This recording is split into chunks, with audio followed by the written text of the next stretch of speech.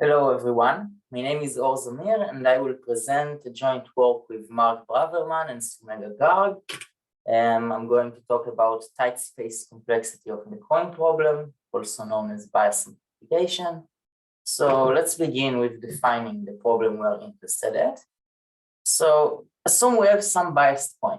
This means that one of the sides of the coin has probability f plus some beta to appear and the other f minus beta.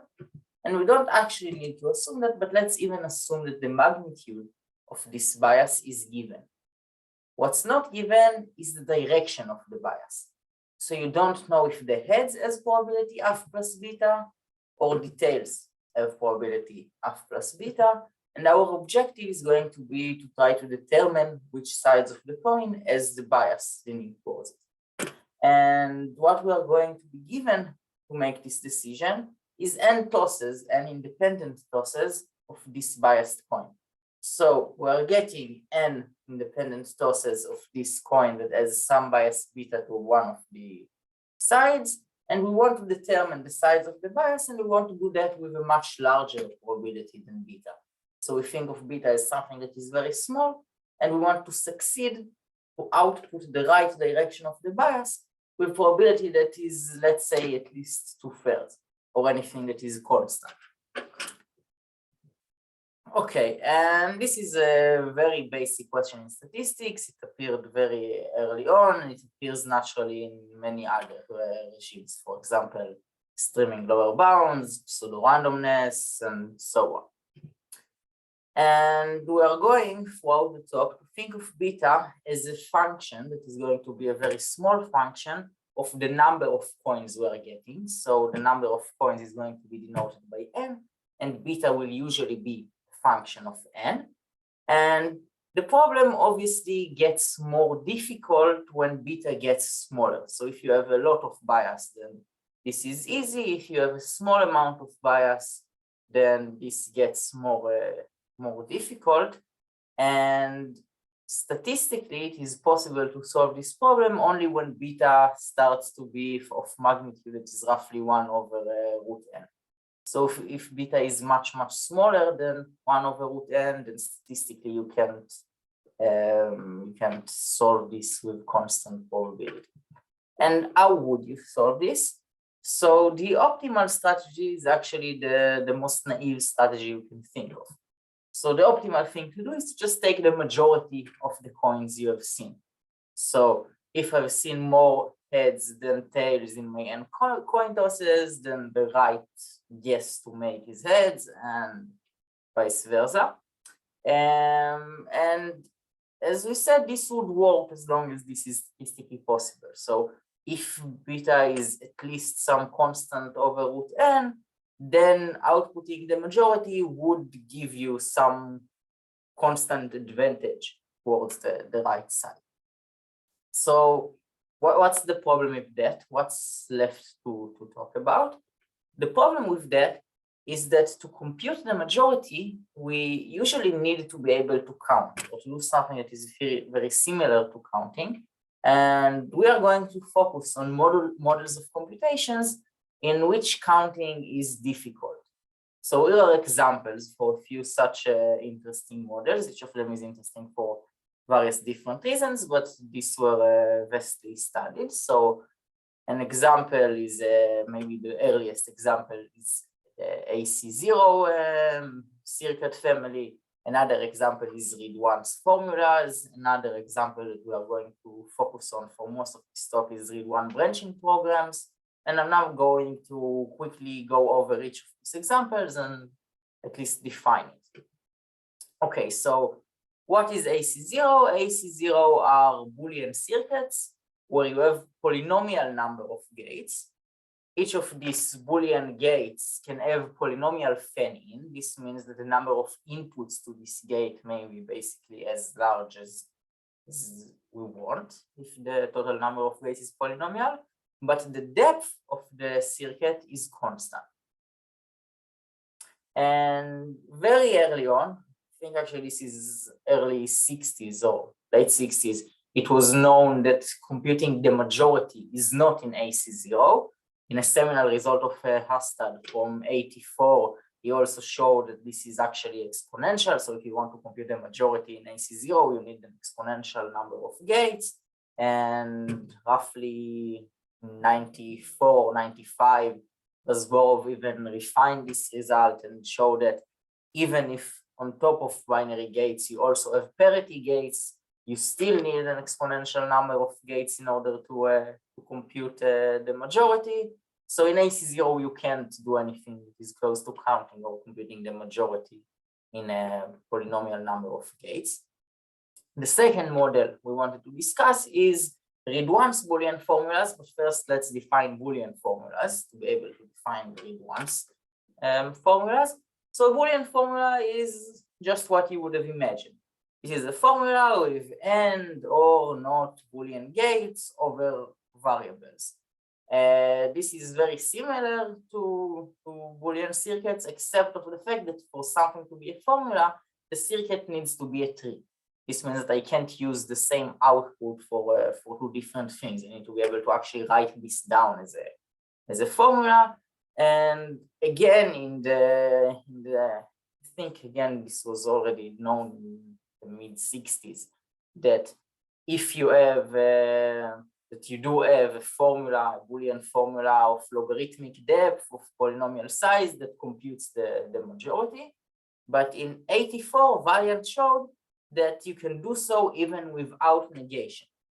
So in a seminal construction of Valiant from 84, he showed that logarithmic depth and polynomial size are enough even without negation gates. This is what's called a monotone formula. And the reason we mention this result will soon be very clear. So as we said, what we are going to care about is Readonce Boolean formulas. So what is a Readonce Boolean formula? This is the same thing as a Boolean formula, but now each variable can appear only once. So we said that we can't use the output of a gate into different places in a formula because this is not a circuit, but in a Readonce formula, we can't even use a variable twice. So I have a written down Boolean formula, but each variable can appear in only one place. Okay. And the reason we just mentioned Valiant's construction is that Valiant's construction actually goes through a Boolean Readonce formula that amplifies bias. This means this solves our coin problem for bias that is larger than this thing. So if the bias is larger than something like n to the minus 0.306, then you have a Boolean formula, a Readonce Boolean formula, that if you put in each of the inputs, it appears only once, a biased coin with bias f plus beta and f or f minus beta, this will amplify this bias, and the entire formula will evaluate to 1 or 0 with probability that is constant towards the side of the bias. So basically, a Readonce Boolean formula can solve our coin problem as long as the bias is larger than this thing. And actually, this is the best you can do with Readonce formulas. So in 97, Dubiner and Zwick showed that any solution to the coin problem using a Readonce Boolean formula, any Readonce Boolean formula that takes as inputs things that have some bias and amplifies this bias as the evaluation, this is the best bias such formulas can detect. So for this model, this is type. And the last model we are going to talk about is a branching program. So what is a branching program? This is basically an acyclic graph. And the vertices in this graph are going to be partitioned into layers. Each layer is going to have a variable, an input variable associated with it. And the way we are going to think of this program is that we are now in some state, there will be some initial state.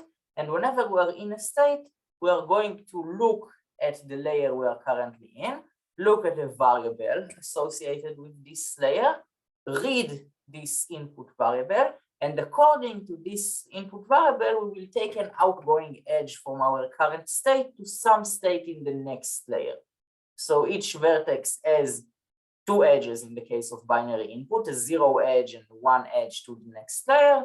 And this is how we go on with the program. We get to a state, read the variable, go in the right outgoing edge, read the variable, go to the next state, till we reach some terminal state that just tells us what the outputs is. The length of a branching program is going to be the number of such layers, and the width of a branching program is going to be how many vertices we have in each layer.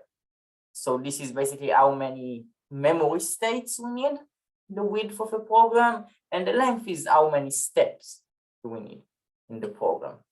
And for example, you can see that for functions like end or parity, it's enough to have width 2 and length just of the input, right? We will need to just look at every input variable once and just remember the accumulative end or parity or thing like that we see so far.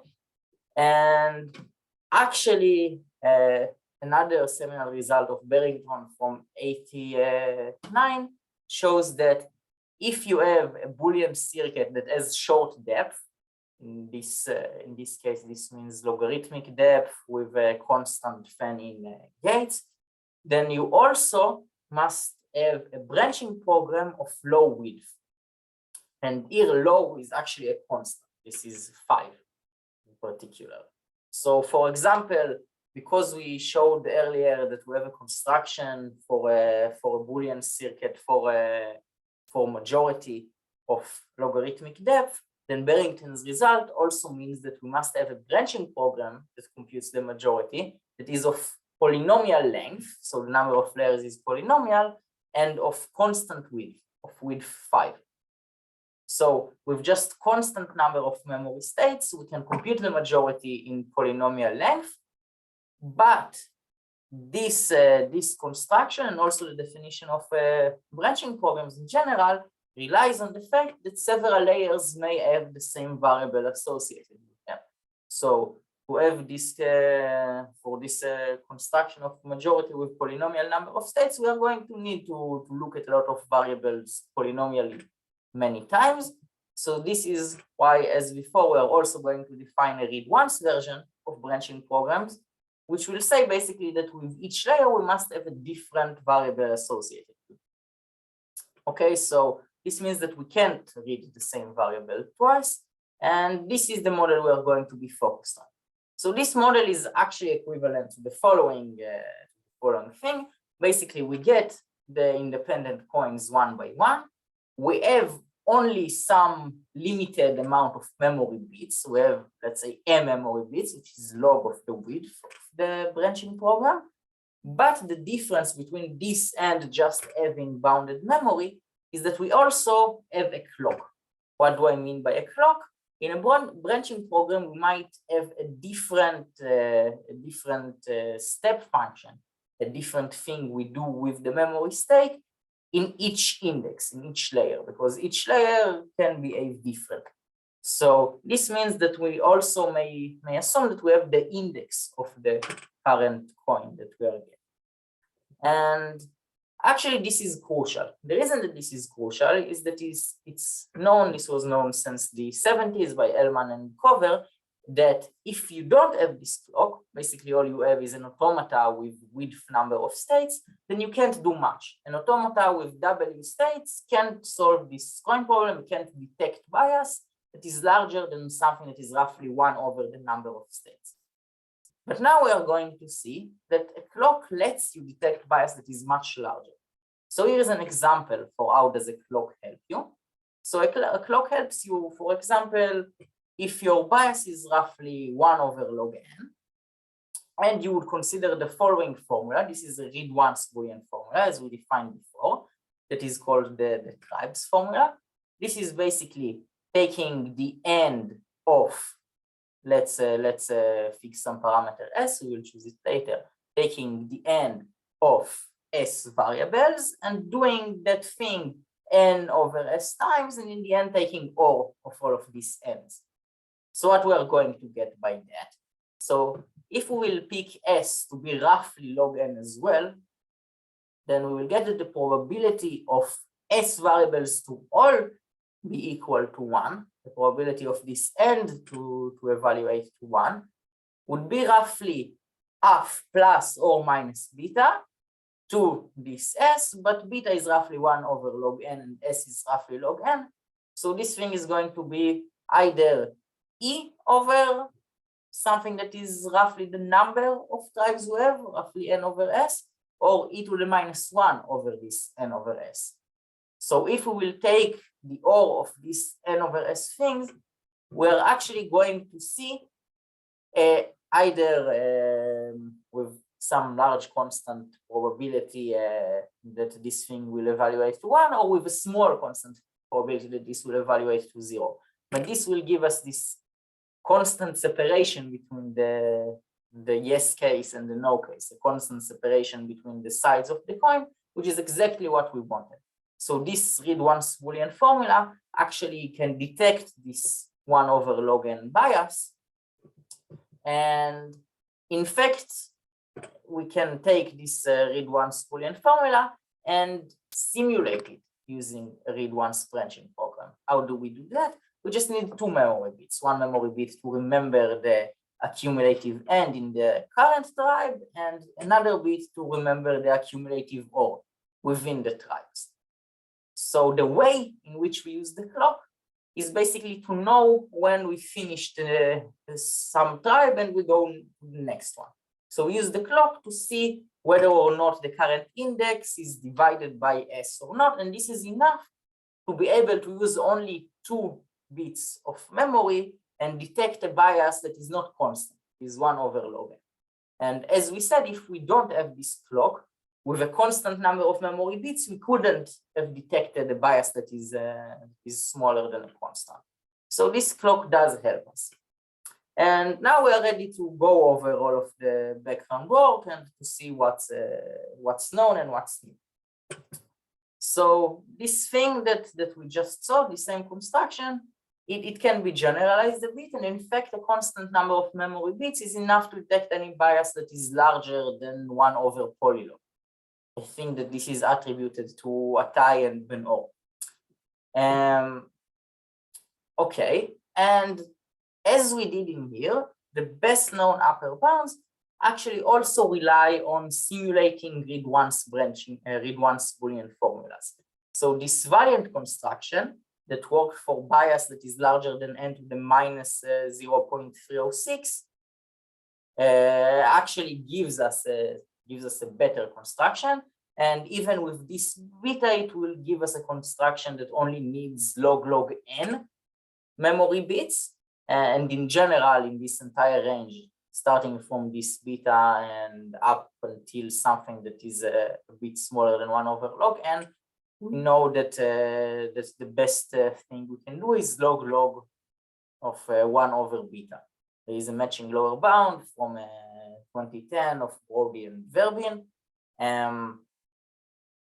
Okay, and there is some notes to non-trivial notes to make about how this simulation works, because I will remind you that in this simulation we use the different bit for every level of the depth of the Boolean formula, but we don't want to have log n memory bits, only log n states. So there is something non-trivial about these simulations, but it is a simulation of the Readonce Boolean formula. On the other hand, Braverman, Garg, and Woodruff showed roughly a year ago that if beta is very small, very close to what you can do with the information theoretically, then you do need to be able to count. You do need log n bits of memory. This is because in this range, this is very close to actually computing the majority. You don't have any advantage over that. So in this regime, we know that you need log n bits. In this regime, we know that you need only log n bits. So the question is what happens in the middle, starting where you need only less than log n bits, since when do you not need to count? And actually, both of these sides have good reasons, let's call it, to be tight. So basically, this thing, as we said, is the best you could do with Readonce Boolean formulas, and this thing is the best lower bound you can get information theoretically, because starting beta larger than that, you have more information. So what we show in this paper is that actually both of these endpoints are not tight, and in fact you can get better than logarithmic as long as the bias is larger than n to the minus third. So if the bias is larger than n to the minus third, you need only log and memory bits. But on the other hand, if the bias is smaller than n to the minus third, you need log n bits. So up until this point, you roughly need to be able to count.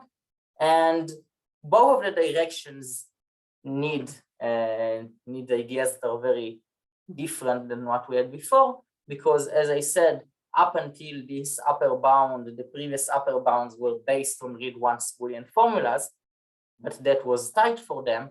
And on the other end, the lower bounds needs to somehow show that we reuse information. It needs to be better than what you get just by information theoretic arguments.